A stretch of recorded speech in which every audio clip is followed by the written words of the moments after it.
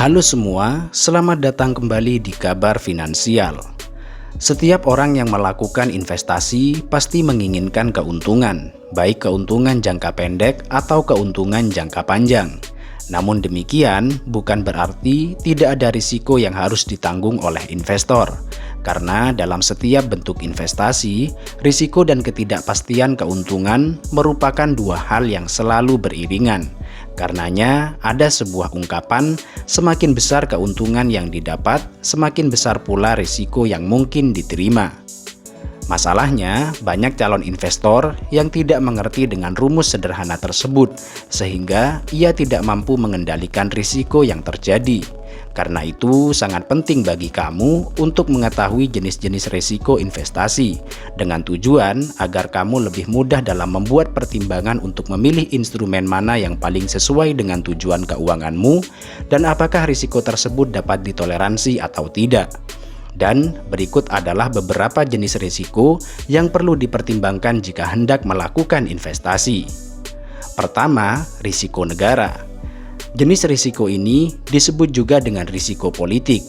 Risiko negara berkaitan dengan stabilitas politik dan ekonomi suatu negara yang mempengaruhi keuntungan operasional atau nilai aset negara yang akan berdampak kepada negara lain yang berhubungan dengan negara tersebut. Maka semakin aman kondisi politik dan ekonomi suatu negara akan semakin memberikan dampak baik terhadap investor. Jika tingkat risiko politik dari suatu negara meningkat, maka investor dapat mempertimbangkan untuk berinvestasi di negara tersebut. Kedua, risiko likuiditas.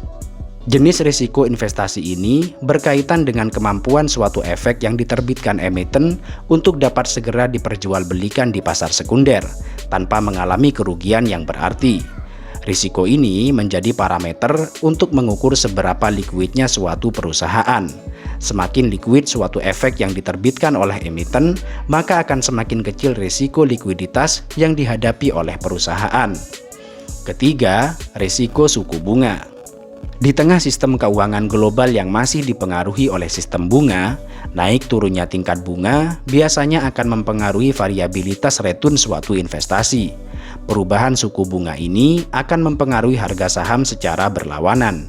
Jika tingkat suku bunga meningkat, maka akan menekan harga saham. Sebaliknya, jika tingkat bunga turun, maka harga saham akan meningkat.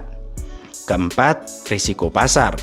Risiko pasar merupakan fluktuasi pasar secara keseluruhan yang dapat mempengaruhi variabilitas return suatu investasi. Fluktuasi pasar ditandai dengan berubahnya indeks pasar saham secara keseluruhan. Nah, jika pasar sedang dalam mengalami tren naik atau menguat, umumnya hampir setiap saham akan mengalami kenaikan. Sebaliknya, jika pasar mengalami tren turun atau melemah, maka harga-harga saham akan ikut mengalami penurunan. Perubahan kondisi pasar ini dipengaruhi oleh pertumbuhan ekonomi suatu negara, mulai dari pendapatan per kapita, defisit neraca perdagangan, dan faktor lainnya. Kelima, risiko inflasi. Inflasi akan mengikis nilai mata uang dari masa ke masa, termasuk juga investasi. Meningkatnya inflasi akan melemahkan daya beli rupiah yang telah diinvestasikan. Pada umumnya, inflasi akan menyebabkan nilai real pendapatan semakin menurun. Risiko inflasi disebut juga risiko daya beli.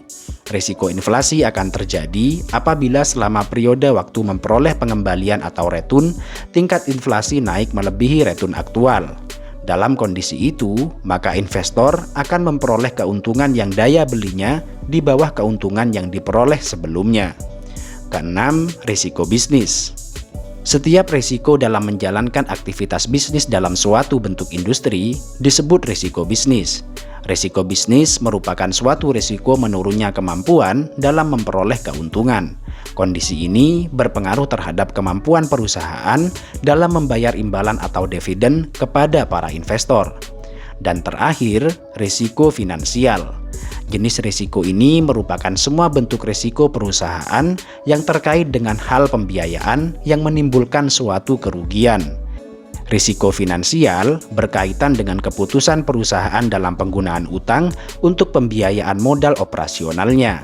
Maka semakin tinggi proporsi utang yang digunakannya, akan semakin besar juga risiko keuangan yang akan dihadapi oleh perusahaan. Nah, Itulah penjelasan singkat tentang jenis-jenis risiko dalam investasi. Itu saja untuk hari ini, semoga bermanfaat dan sampai berjumpa di video berikutnya.